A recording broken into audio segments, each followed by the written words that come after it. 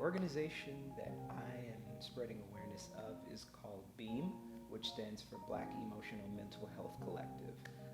They're a nationwide organization which deals a lot with mental health, obviously, and just connecting our community to resources, whether that's through the arts, through education, through holistic means, just making sure that we're being our best selves.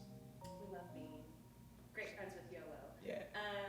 What was the most memorable, hilarious, or embarrassing moment you've experienced during a live performance? I would say my most embarrassing moment while singing or performing actually happened Father's Day of 2002. I was singing with the kids' choir at church, and we all were dressed up super nice. I had on this nice black pinstripe suit, and I was that kid that didn't listen when they told everybody go to the bathroom before you get in the choir stand. So we get all the way to the end of service, and this guy gets up to pray, and he's taking way too long, and I have to go pee. I have to go to the bathroom. Long story short, I didn't make it in time, and my suit got a little messed up. Thankfully, nobody else knew about it because I dashed out of there as soon as he said amen. And I was just totally embarrassed and upset and angry and mortified. So embarrassing. If you had to create a soundtrack for your life, which 3 songs would you include and why? If I had to choose 3 songs as a soundtrack to my life, I would say one would be Big Time by Peter Gabriel, because I like to dream big. I'd say number 2 is an old hymn, which is Great Is Thy Faithfulness. My faith is really important to me, and that song always kind of brings me to a really comforting place. And 3, Strength by John P. Key, because not only is it like an amazing song lyrically, but also musically, like it's one of those songs that gets you up, gets you moving. It works for any workout or anything. It's always a good time.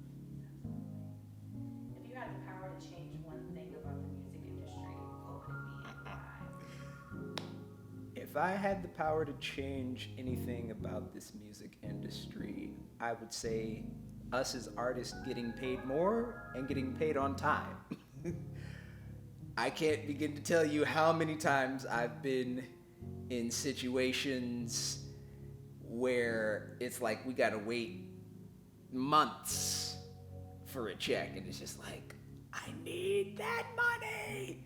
So yeah, and just getting paid more from these streaming services, because like we put our heart and our soul into this music and into this art, and to get paid pennies on the dollar, makes you feel some type of way. Yeah.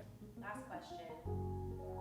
If you could give your younger self advice before you entered the industry, what would that be? If I could give my younger self any sort of advice upon getting into the music industry, it would be 2 things.